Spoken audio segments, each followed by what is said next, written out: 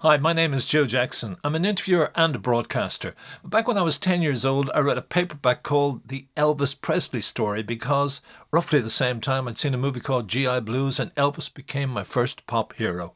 When I read that Elvis was discovered by Sam Phillips in Sun Records in Memphis, Tennessee, I said to my mom, one day I'm going to Memphis to thank Mr. Phillips for discovering Elvis. Roughly a quarter century later, I did go, and I did get to meet Sam Phillips. But the interview turned out to be a bit combative. This clip is from my 1 hour documentary Conversations About the King, which is currently available at my website joejacksoninterviewer.com and on Mixcloud. But enjoy this clip. You know, after I put Scott and Bill with him, and they'd go and rehearse, and they'd come and say, "We believe we got something." I'd listen, and in my opinion, if we had it, fine. Because God, I was looking for it each time, you know. But I would send them away. But I'd send them away in a manner that I could hear a lot of great potential. But we weren't there. And that's all right. Mama was something that he cut down on in the studio. See, playing around after we were getting ready, just stop. Not at your suggestion. Not at your suggestion. Because someone said now that you came in with the record and said, do that.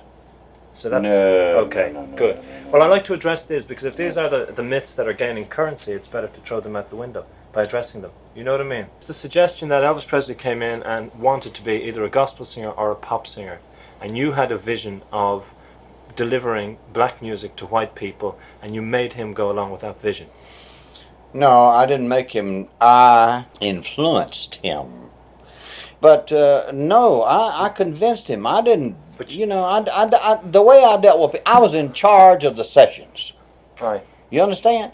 But I didn't go in dictatorially and say you can't. Never. But you're a very strong individual. No one can very strong. And they were very young boys, and some very young, and they knew damn well that I knew what the hell I was trying to achieve because I took the time to explain, just like I am with you, and you getting impatient. I'm not getting impatient. Do you think I'm getting impatient? No, but hell, you're taking up too much of my time. I'm trying to tell you. Okay. That I ain't gonna write a book for you. I'm giving you some stuff that is unbelievable, but totally believable. Before meeting Sam, I was told Mr. Phillips would prefer if you didn't ask too much about Elvis. After nearly 40 years, he said all he has to say on that subject.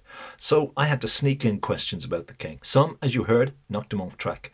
But even though Sam said there, you're taking up too much of my time, it was he who extended our 1 hour interview to nearer 3. Sam Phillips also claimed that he gave me the interview simply because I'd promised to tell his story, if you can believe this quote, not in the usual, purely musicological and thus culturally outmoded sense, but more so from a psychological and socio-political perspective. Hey, I'd just gotten a college degree in pop culture and had to justify it some way. But heady and pretentious as my assertion may sound, it paid off even in the sense that I became the only Irish journalist Sam Phillips ever gave an interview to, and I even got invited to his home. My approach also led to quotes like this. And you know what? The things I loved better than anything in the world was giving people the opportunity to express themselves. That included probably the poorest man I ever recorded. White was Elvis. Do you believe Sam's greatest or your greatest achievement is that you gave a voice to people who hadn't got a voice, to be they working class people, to underprivileged Absolutely, and that is exactly what I did. Precisely. Okay. Right all the way. Well, that's the end of the interview because I have to end it with that, because that's what I think you did do. Thank you. And I thank you for doing Sure. it because it gave me liberation in Ireland. I genuinely thank you.